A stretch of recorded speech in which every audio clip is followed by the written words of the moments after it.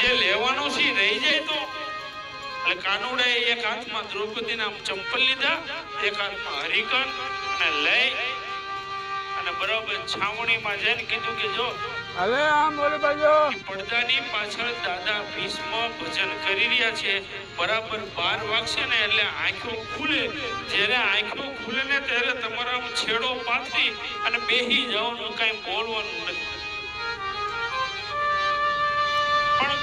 પણ કાઈ ને તમે કહો એમ જ કરો, આજ કઈ બોલવા જેવું છે જ નહીં. આગે આગે આગે ધીમે રહીને આમ બેસી ગયા અને બરાબર મધ્યરાત્રિ થી 12 નો ટકોરો થયો. દાદા ભીષ્મની ધીમે ધીમે આંખો ખોલી એટલે સામે કોઈ બેઠેલું જોયું એટલે દાદાને તરત યાદ આવ્યું કે ઓલી ભાનુમતીને મેં કીધું તું દુર્યોધનની પત્ની ઈ આવી છે, લે હું એને વરદાન આપી દઉં. દાદાએ આમ આંખ ખોલી અને જોયું અને સામે છે એમ વિચારે દાદાએ કીધું અખંડ સૌભાગ્યવતી ભવ. દાદાએ આંખ ખોલી કાવલી દ્રૌપદી આમ શેડો આમ લઈ લી